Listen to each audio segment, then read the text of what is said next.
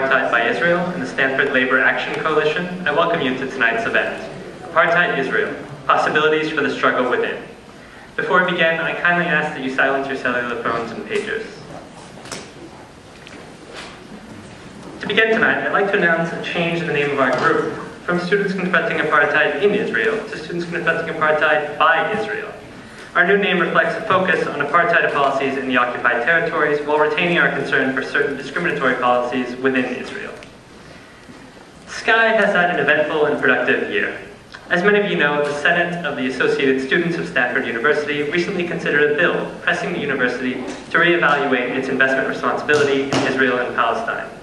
Although the bill did not pass, it did receive a majority vote of 5-3 and provoked serious and engaged discussion on the issue of human rights abuses and discrimination in the region. SCI members have also facilitated discussions in dormitories around campus and have presented the case for divestment to a range of student groups, including the Black Student Union, the Stanford Democrats, the Stanford Asian American Activism Committee, the Hindu Student Council, Amnesty International, and many, many more. In addition to raising awareness among students, SCI has spearheaded an online petition urging Stanford University to divest from companies abusing human rights in violation of international law in Israel and the occupied territories. As of today, the petition consists of 598 signatories, including 263 Stanford students, 11 faculty and lecturers, 28 Stanford alumni, and 5 Stanford student groups. If you have not already, I urge you to carefully read our criteria for divestment and sign our petition at sci.stanford.edu. That's scai.stanford.edu. Our campaign for justice and peace has been met with some controversy. We remain committed to open dialogue and fair discussion of the prospects for divestment. Unfortunately, others do not share our democratic visions for dialogue and understanding. Stanford Israel Alliance has regrettably rejected our attempts to co-host a campus-wide town hall on the issue of divestment. A Stanford graduate student faces a misdemeanor charge for vandalizing flyers publicizing tonight's event. While it is saddening to know that many students on campus would like to silence our calls for justice, we remain committed to our goals of promoting awareness of human rights abuses and of taking direct action to end them.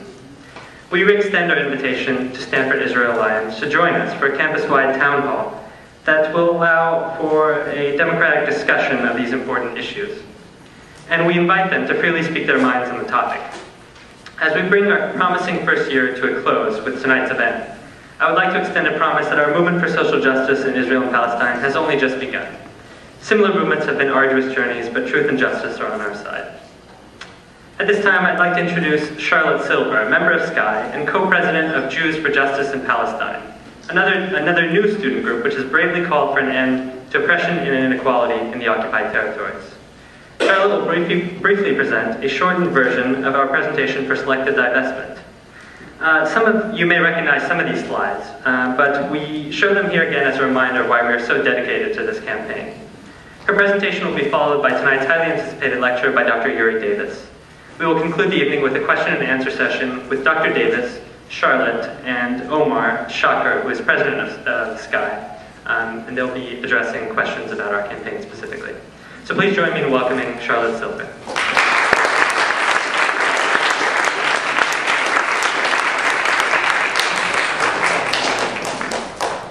I'd like to thank you all for coming here tonight to learn more about Students Confronting Apartheid by Israel and our campaign to get Stanford to selectively divest from companies violating international law and violating human rights abuses in Israel.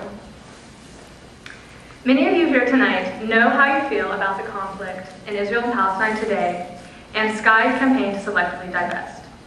Many of you may also feel confused and overwhelmed.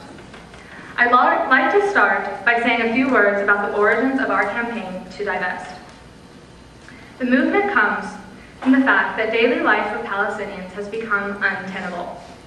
To give a sense of this, let's review just a few events from the past week. 9 Palestinians, including 2 children, were killed by Israeli occupation forces. 13 civilians were wounded, including a journalist, 4 women, and 4 international human rights defenders were wounded by Israeli occupation forces at a peaceful protest at the wall near Ramallah. 7 houses in the south of Hebron were demolished, rendering 48 Palestinians homeless. And this all is just within the last week. The aim of this divestment campaign is to speak out against these intolerable occurrences and to denounce any attempt to justify or legitimize these atrocious actions and tragedies. Tonight, I will give a brief overview of exactly what we're asking the university to divest from.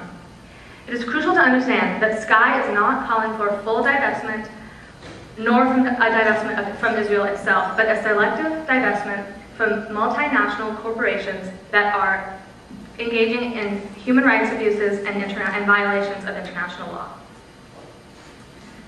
So, first, we call on Stanford to divest from companies that are violating human rights and international law in Israel and the occupied Palestinian territories by engaging in the following 5 activities. And I'm going to go through each one by one. But first, as you can see, the criteria includes divestment from companies both in the occupied territories and Israel proper. So before I explain the rationale for each of these criteria, I'd like to just make a brief statement about the distinction between the 2 regions. Israel refers to the country in its pre-1967 borders, while the occupied territories refers to the territories captured by Israel after the 1967 war, which is the West Bank, the Gaza Strip, Golan Heights, and the Sinai Peninsula. The first criteria is companies that operate on illegally occupied land. First, a very, very brief overview of the transformation of the division of land between the Jewish state of Israel and what is historically Palestine. Understanding the reality of the expansion of the Israeli state is crucial because it reveals the conflict as not one of immemorial or religious conflict, but one that is rooted in land, human rights, and resource allocation.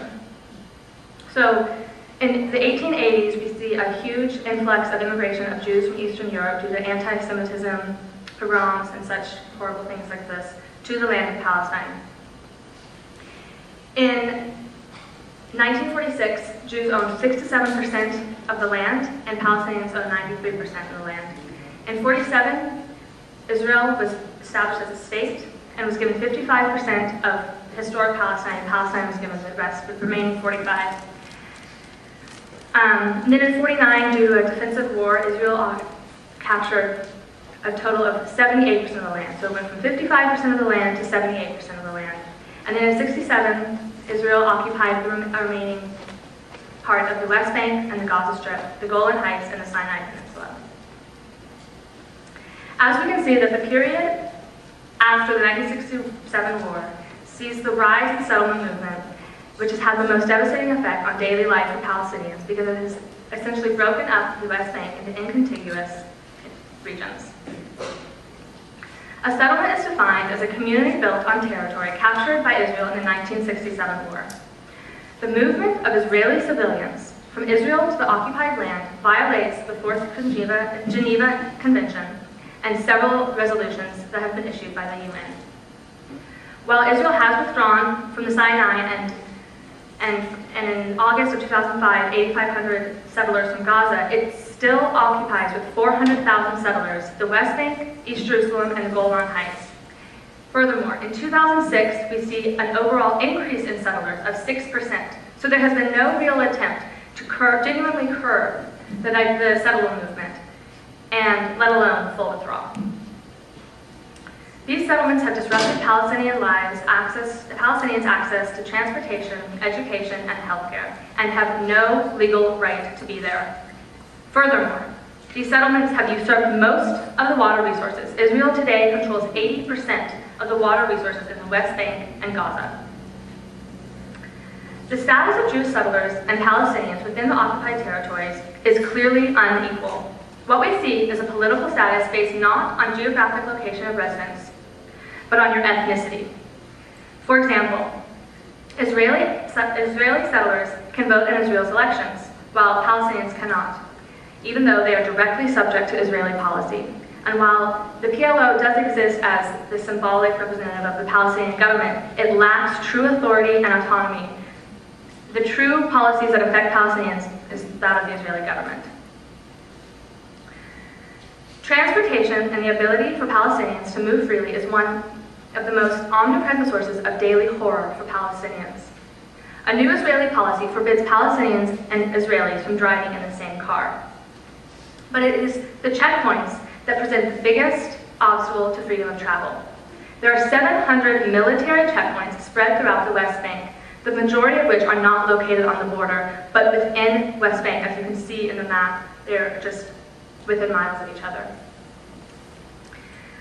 These settlements make what could be a simple commute nearly impossible. At checkpoints, Palestinians are subjected to humiliation, arbitrary arrests, and ambulances carrying sick or injured people are often denied access through. Furthermore, Palestinians require special permits to travel between each city in the West Bank.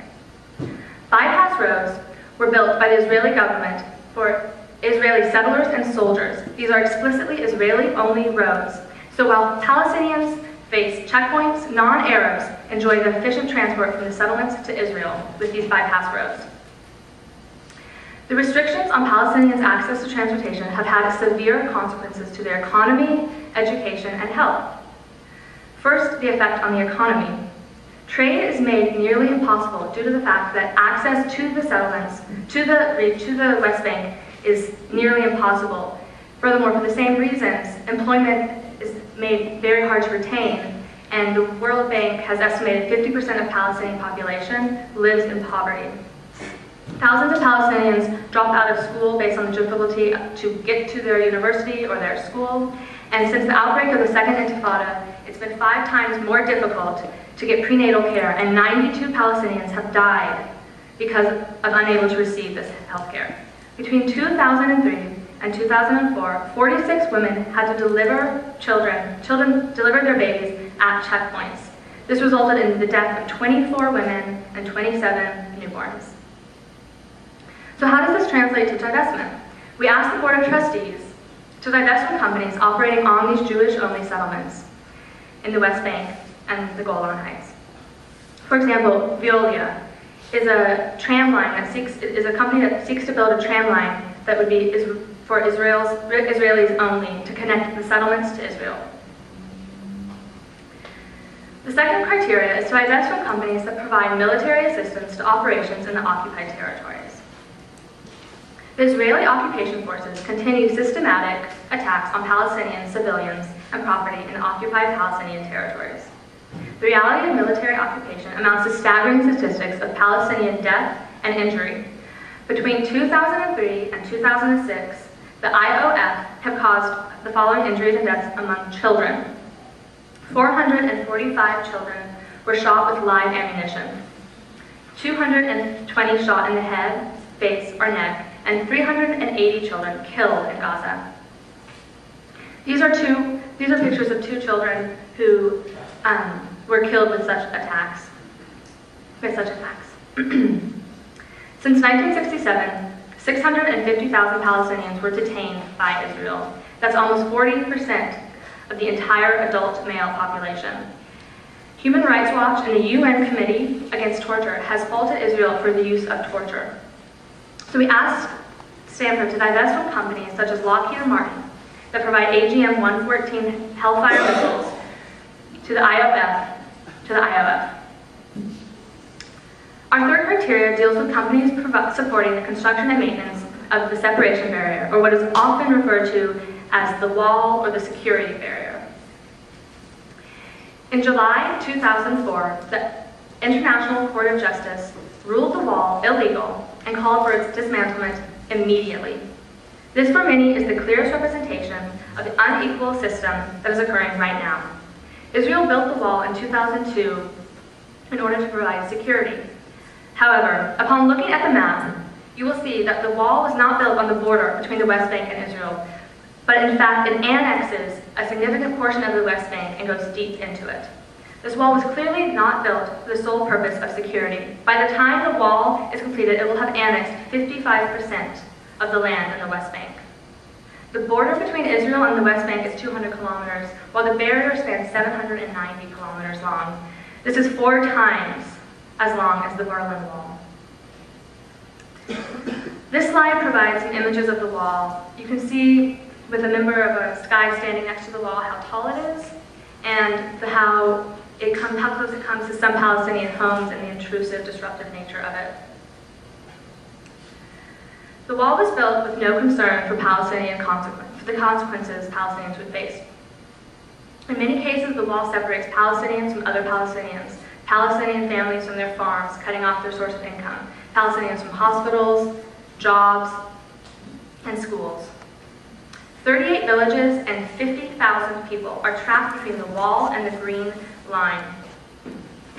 The UN Refugee Works Association has estimated that 10.1% of the most fertile land lies between the Green Line and the wall, along with crucial water resources that are effectively annexed by the construction of this wall. The creation of the wall caused the destruction of 100,000 olive trees, 75 acres of greenhouses, and 23 miles of irrigations. The Palestinian village of Kilia clearly demonstrates the devastating consequences of the wall. The barrier, as you can see, the barrier literally encircles the town, cutting off its access from the entire world. There's one opening in the wall that is open for 3 times a day for 15 minutes. This has had obviously devastating effects on this village and economy. 67% of the population of Kilia are unemployed. The other map shows how the wall has strategically cut off the most valuable water resources from Palestinian villages for Israeli settlements. So some companies to divest from are those that are providing materials and labor for the construction of this wall, such as Tarifi, which is a Palestinian company that provides the majority of the material. Our fourth criteria deals with home demolitions and land confiscation. Home demolition has different stated purposes. Some have been destroyed for the purposes of creating land for the construction of the separation barrier. Some are destroyed because they don't have the proper permits, and some are destroyed under the auspices of security, destroying an entire apartment because maybe one person is accused, and what is essentially a collective punishment. There's often little or no advance warning, resulting in Palestinians dying or losing all of their personal belongings. As the slide says, 5,000 Palestinian homes have been destroyed since 2000, and 25 acres of land have been confiscated. The picture shows the village of Budros, which the before and after the construction of the wall, and how all the olive trees were uprooted in order to construct the wall. So some examples of companies to divest would be Caterpillar, which sells D9 bulldozers that are used to destroy homes. Our final criteria looks at the situation within Israel itself, and the companies that are institutionally discriminating against religious and ethnic minorities. Israel systematically discriminates against non-Jews. Israeli Arabs, the term used for Palestinians who did not flee in 1948, constitute 20% of the population. Israeli policy is constructed in order to maintain the Jewish majority against what has been called the Palestinian demographic time bomb. For example, according to the New York Times, 91% of the land in Israel explicitly cannot be sold to Israeli Arabs, and a subsection of that land, which is owned by the Jewish National Fund, cannot even be leased to Israeli Arabs. This sort of policy would not be tolerated in any other place in the world. For example, if Texas undertook policies to maintain the white domination in the face of a growing minority population, we would condemn it. So why not? Why should we tolerate it here? The law of return is another example of the unequal legislation within Israel. Palestinians constitute 1/3 of the entire world's refugee population. That's 4 million registered refugees. Many UN resolutions have repeatedly reaffirmed their right to return. However, Israel continues to deny their right to return and instead automatically grants citizenship to any Jew from anywhere in the world upon request.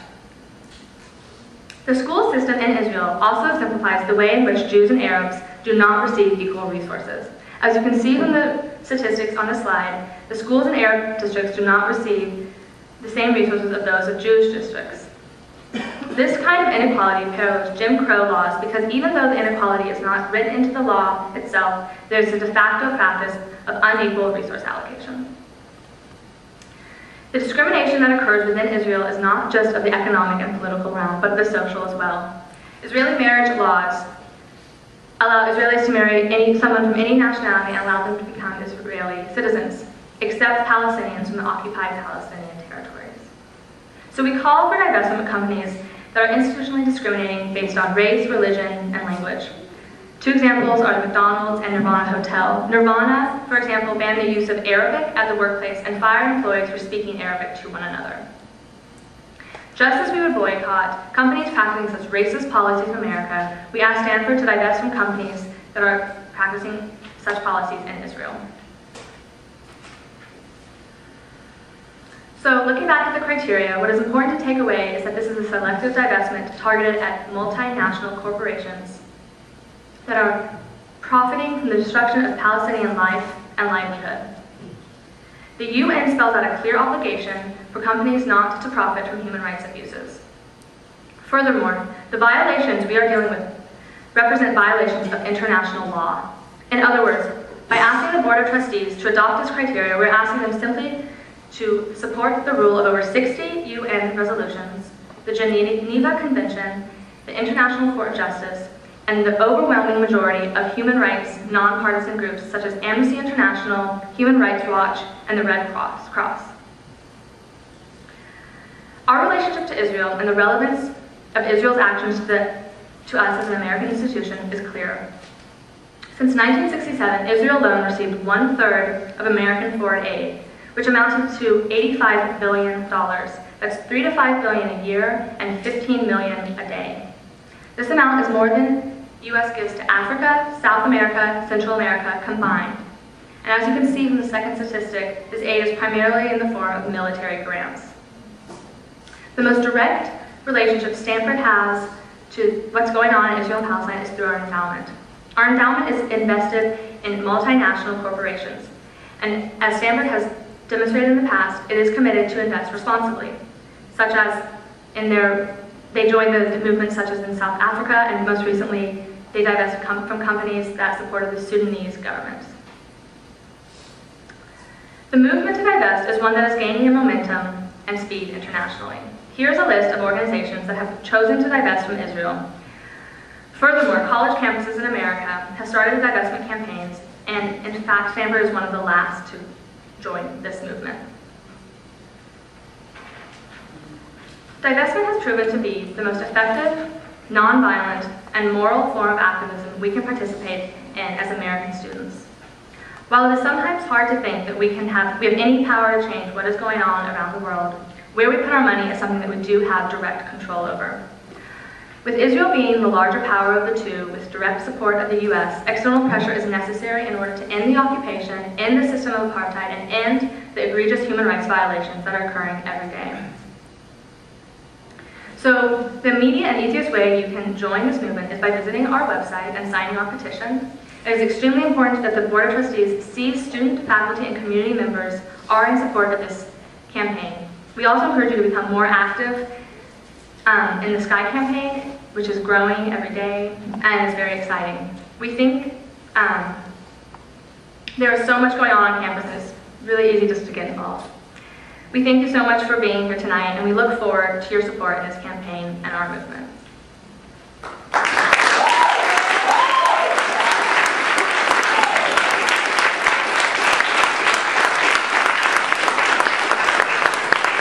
Thank you, Charlotte, for the insightful presentation. Now it's my great pleasure to introduce to you Dr. Uri Davis.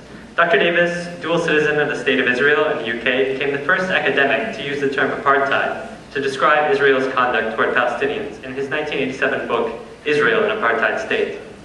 Born under the British Mandate government of Palestine, Dr. Davis has maintained his Palestinian nationality.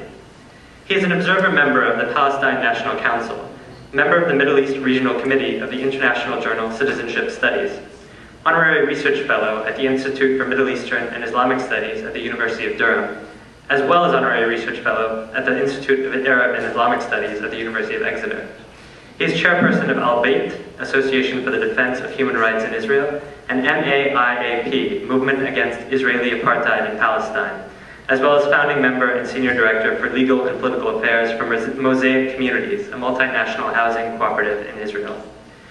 Dr. Davis, an anthropologist trained at the prestigious New School for Social Research in New York, has published widely on the issue of citizenship in Israel and the Middle East.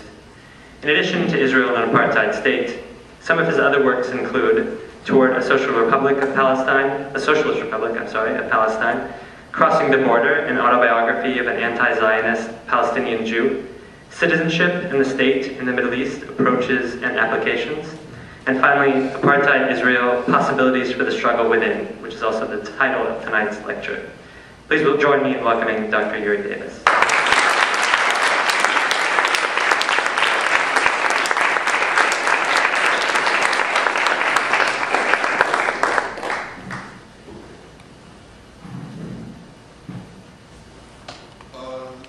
Attempt to confine my intervention to something like 30 minutes and divide what I hope to share into two sections. The immediate section will be confined to a discussion of the first terms of this notice, Apartheid Israel, and as to possibilities for the struggle within, I hope to add comments in response to questions. Now, I believe we are all aware that we are approaching contested territory not only in the physical presence of the term, namely the country of Palestine, but the terms of reference are being contested.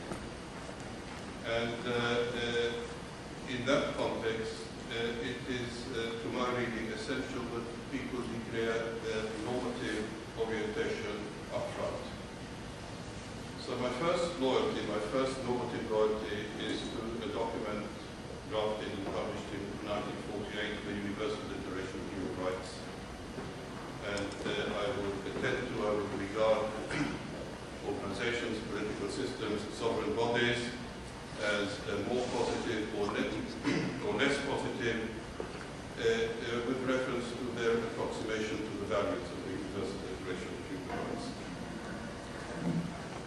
The next comment I wish to make is with reference to Israel and the term Apartheid Israel, in that I make a clear division between the reference to apartheid and the reference to popular racism and xenophobia.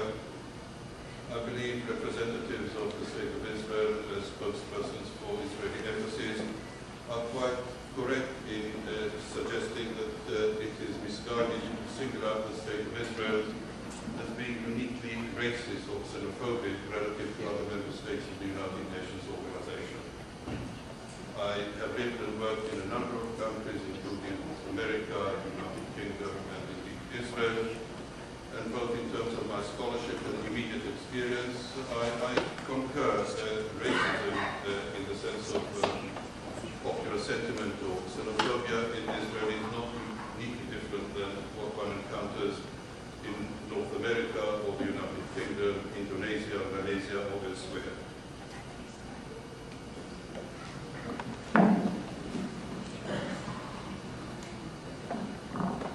But that is not the term I understand apartheid. Apartheid is not that commonplace.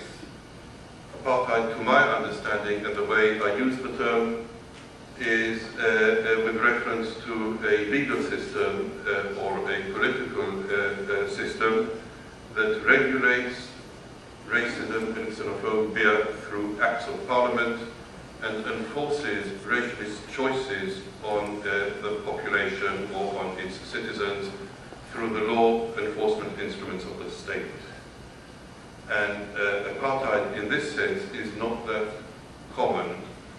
To my understanding, and I would be happy to be corrected, after the demise of apartheid in the Republic of South Africa, the State of Israel remains the only member state in the United Nations Organization that can correctly be classified in this manner, namely a political system, a sovereign body that regulates racism and xenophobia through acts of parliament and enforces racialist choices on its citizens or inhabitants or the people subject to its sovereignty through the law enforcement instruments of the state.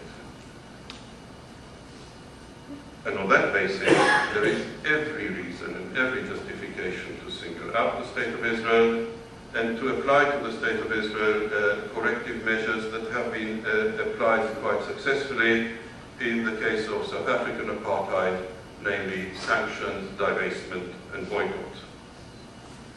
Another term that is pivotal to my narrative is the reference to Zionism, and it is necessary to at least outline the way I use the term, and I use the term, I hope, in a manner that is nuanced.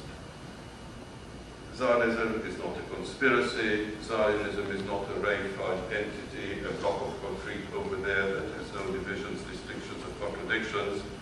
Zionism is not a single school of thought, it's a nuanced school of thought. There have been at least historically two important schools in the Zionist movement. One, the dominant school established by Theodor Herzl, known as political Zionism, and the other, a school that was marginalized, effectively killed, led by Asher Ginsberg, known by his pen name Ahad Ha'am, and identified as spiritual Zionism. Now, spiritual Zionists, the Ahad Ha'am school of Zionism, were very strongly opposed to political Zionism. They wholly rejected the idea of the Jewish state and the efforts to establish, construct, and implement a sovereign body in the country of Palestine as a Jewish state in the political Zionist sense of the term. That divide is relevant at least to people who take exception from the idea of the Jewish state as interpreted by political Zionism, as interpreted by the mainstream, and we can refer to a certain historical depth, not only outside Zionist formation, but also inside the Zionist movement, specifically to spiritual Zionist traditions. Spiritual Zionists aimed and indeed achieved their primary objective of establishing a spiritual center for the Jewish people in Jerusalem. The students of Ahad Ha'am were the founders of the Hebrew University in Jerusalem, and I believe I'm not too misguided in projecting that in the long run the achievement of the Hebrew University in Jerusalem will be deemed much better worthwhile than the history of the State of Israel in its Zionist interpretation. There are important divides relevant to the title of my presentation, Apartheid Israel, and I would mention two. One is a legal divide, and that is the distinction between Jew and non-Jew. The distinction between Jew and non-Jew is stipulated in Israeli law through acts of parliament and informs the entire legal system under Israeli sovereignty. Then there is the important political divide between Zionists and not Zionists. And when I say Zionists and not Zionists, it's a shorthand, political Zionists and people who take exception from political Zionist orientation or values. So it remains, I believe, for me to share with you again a definition or a working definition of political Zionist orientation and values, and again underline that we are attending to a nuanced situation. There isn't one political Zionist party, there is a myriad of political Zionist parties. They are represented in the Israeli parliament, they are represented in the World Zionist Organization. They sustain important differences, they bicker, they backstab, they unite in coalitions that then fall apart, constitutes boards of directors of the World Zionist Organization, and in parallel, coalition governments in the State of Israel. The differences are real, but all political Zionist parties are bundled together by a core value which I propose to define as follows. A political Zionist, either an individual or an organization, would claim that it is justified or necessary or enlightening or progressive or whatever parallel term one could identify to establish in a country called Palestine a sovereign entity, a state, a Jewish state, that will attempt to guarantee in law and in practice a demographic majority of ethnic Jews. Or if you'd allow me refer to my professional jargon, a demographic majority of Jewish tribes.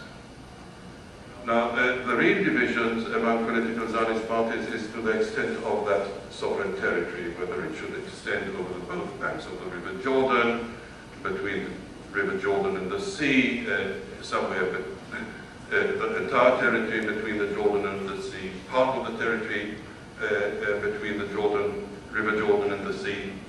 But even the most minimalist territorial ambition of any given political Zionist party would submit that it is necessary, justified, or in any other way acceptable to attempt to guarantee in law and in practice a demographic majority of Jewish tribes.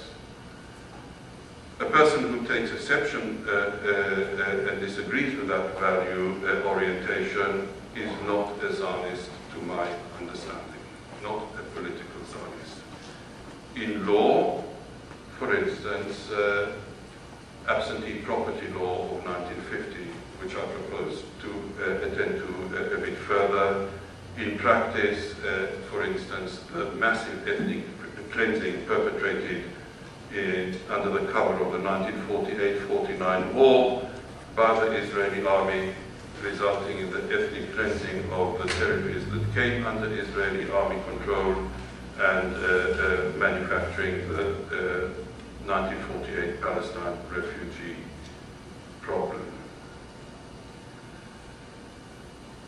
Now, having at least in outline suggested the way I use the terminology, let me elaborate in the 15 minutes or so that are effectively allotted to me. I make the analogy between apartheid Israel and apartheid South Africa because to my understanding, to my reading and limited scholarship, at core the systems are rather comparable. At core, the Israeli-Palestinian conflict is a conflict between a settler colonial state and an indigenous people. And these conflicts are, as a matter of standard feature, center on questions of control of land and subsoil. In apartheid South Africa, in the decades of apartheid, the apartheid state reserved in law 87% of the territory of the republic for whites only. The apartheid divide in law was between white and non-white. And 13% were reserved to Bantustans, Bantu homelands, under apartheid sovereignty, mostly. In apartheid Israel, 93% of the territory of pre-1967 Israel, I'm not even referring to post-67 occupied territories, 93% of pre-67 Israel is reserved in law for Jews only. The apartheid divide, as I indicated earlier, is between Jew and non-Jew. Jew and non-Jew. The law does not make the distinction between Jew and Arab. The law, technically speaking, makes the distinction between Jew and non-Jew, with the Arab person being the first candidate to fall under the category of non-Jew. So in terms of consequence, the systems are rather comparable. Subsoil in the Republic of South Africa was the depository of precious minerals and, of course, water. In the case of Palestine, it's the depository of water, much more precious than any valued mineral. It's a necessary condition to sustain life. But the similarity in core should not mislead us to attend to important differences.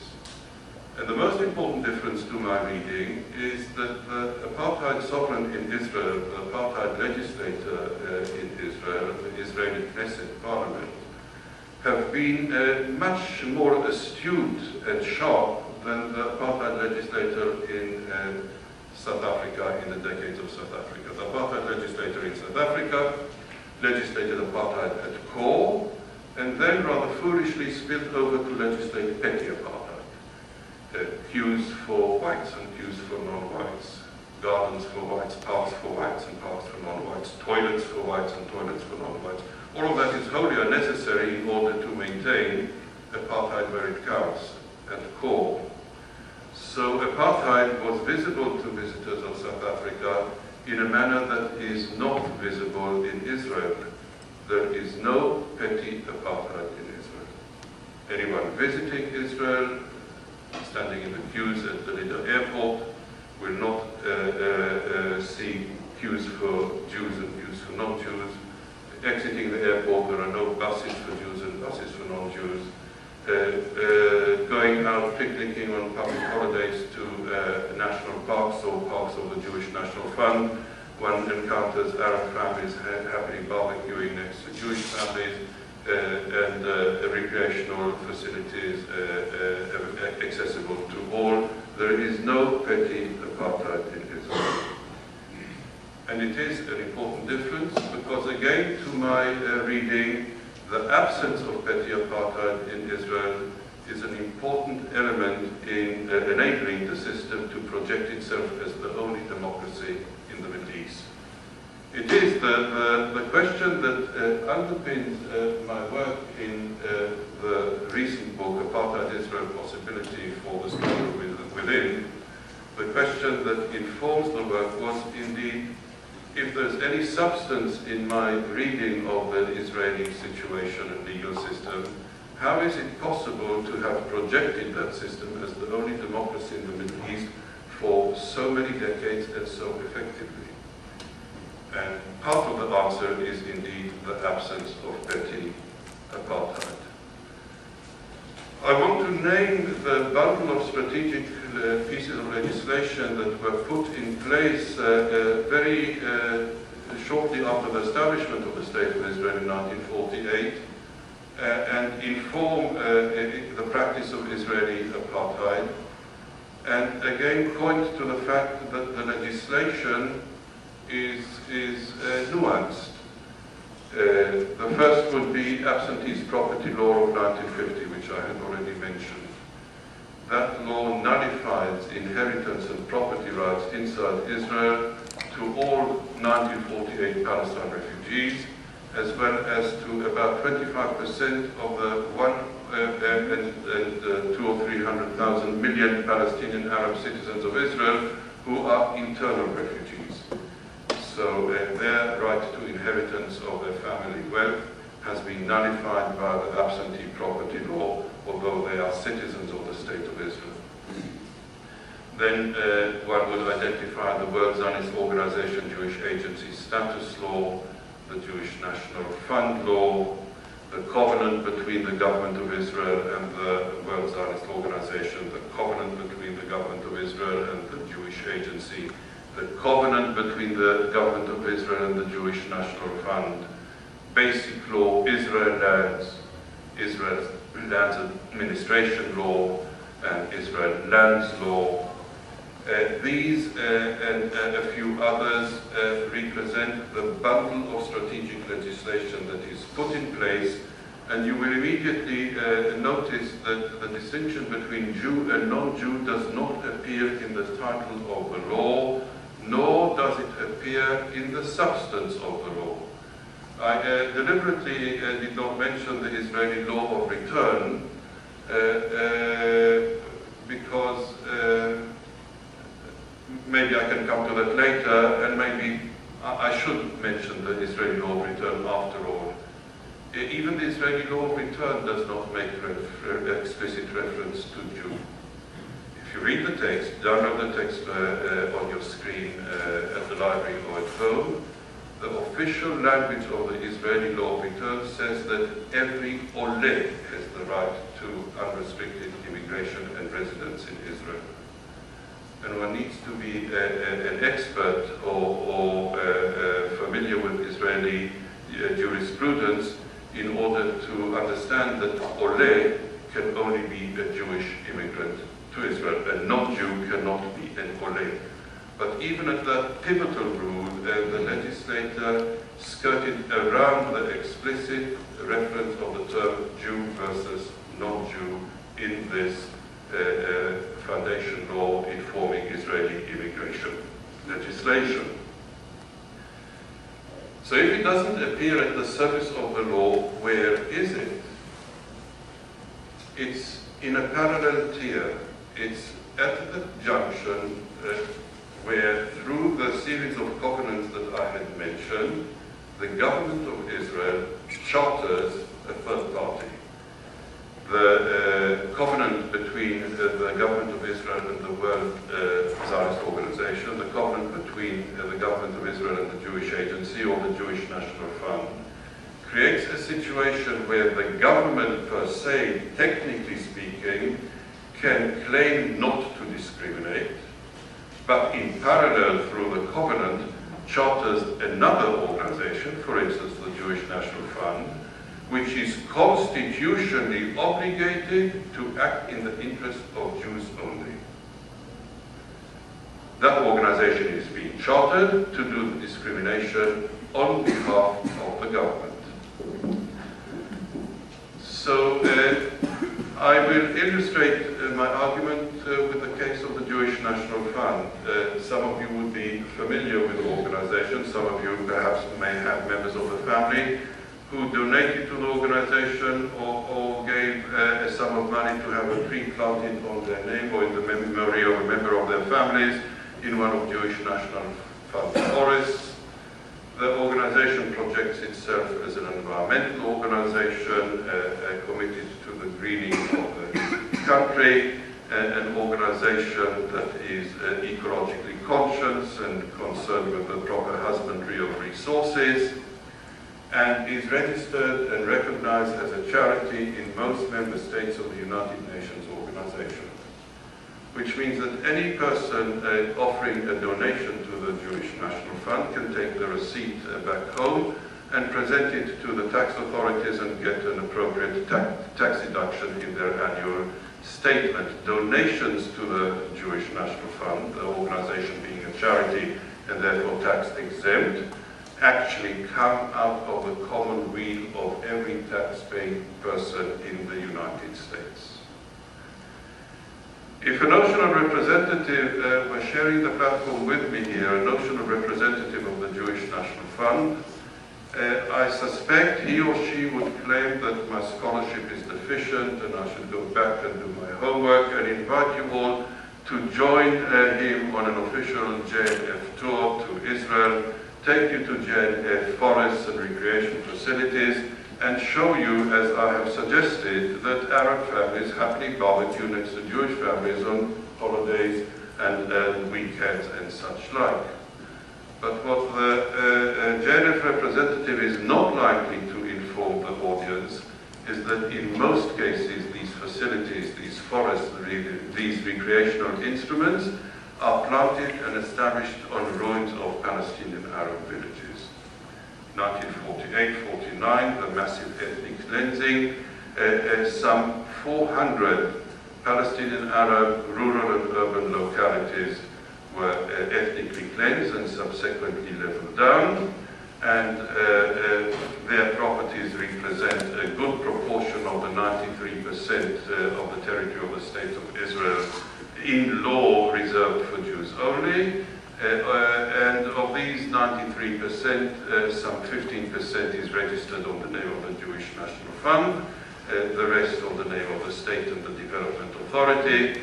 And the Jewish National Fund is enlarged, chartered for a number of tasks including land development, land reclamation and afforestation, the forests of the Jewish National Fund, the recreational facilities of the Jewish National Fund, the absence of segregation at surface in these facilities veil a crime against humanity. But since it's veiled, it is in this way, it is possible to project the Jewish National Fund as an environmental friendly organization, and the State of Israel as the only democracy in the Middle East. So I am about to end here and make a comment or a suggestion additional to the comment and the splendid presentation that Charlotte has given us. Additional to the companies and corporations mentioned earlier, I suggest that the Jewish National Fund be put very high on the list, and that a campaign be launched with a view to argue and implement the denial of the tax-exempt status of the Jewish National Fund in the United States, or definitely in the state of California, and the nullification of its charitable status.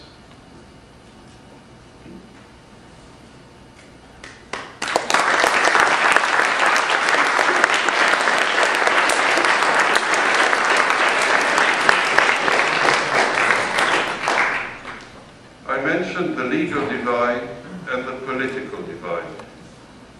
There is an effective litmus test that indicates where people stand in the various equations relevant to the Israeli-Palestinian conflict, and that is the question of the right of the 1948 Palestine refugees to return and to the titles of their properties.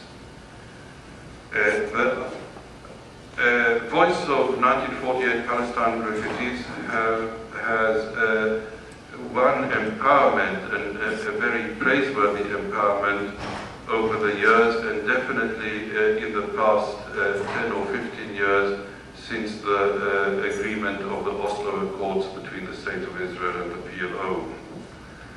And inside Israel and outside Israel, people's position on the question of right of Palestinian return and to their properties inside Israel is a major issue of debate, and it's highly loaded and contested territory.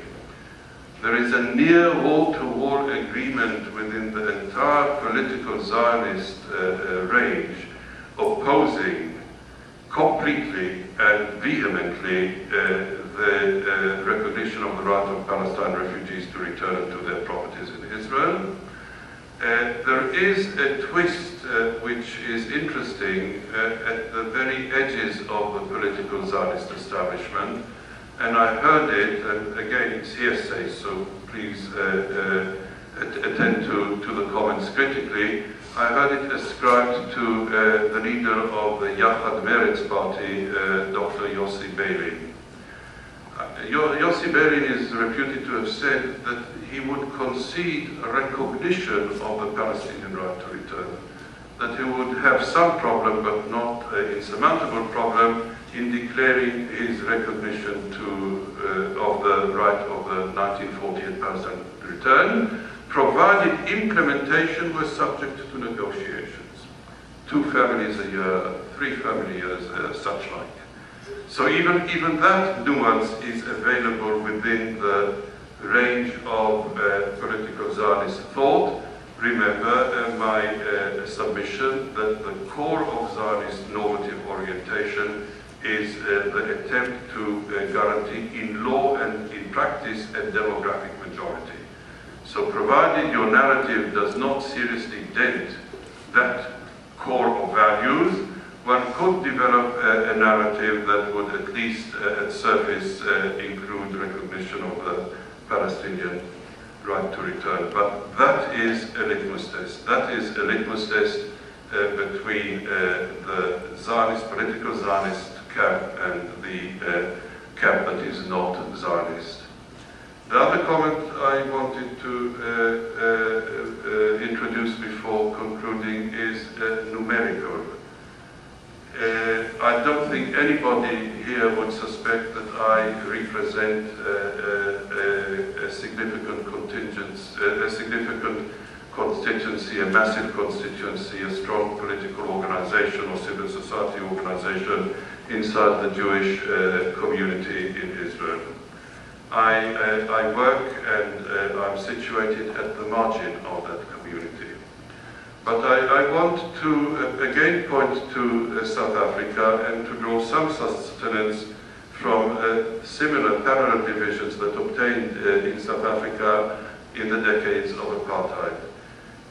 Proportionally, my intuition suggests that the number of Jewish citizens of the State of Israel subscribing to the orientation I have now shared with you is about the same as the percentage of white citizens of South Africa who broke away from apartheid. And that constituency in the case of South Africa played a hugely significant role, not because of its numerical strength, but because it represented an option, a possibility, a future possibility. And its survival under apartheid and its tenacity suggested an alternative future for the white constituency in South Africa, which happily unfolded with the release of Nelson Mandela after 3 decades of political imprisonment and the first democratic elections in South Africa in 1994. And although very concerned regarding the future of my country in the next 5 or 10 years, I will admit a measure of hope and optimism if viewed in the time frame of 15 or 20 years. I genuinely believe that the democratic resistance and international solidarity with the question of Palestine can achieve for Palestine what the democratic resistance and international anti-apartheid solidarity have achieved in South Africa, and I very much look forward towards that and would regard our audience here today as making a contribution towards this end. Thank you very much.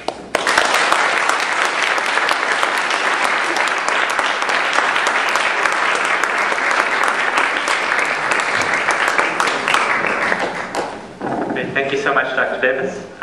So before we begin our question and answer session, I would like to just set some basic ground rules. We're looking forward to a respectful and civilized discussion.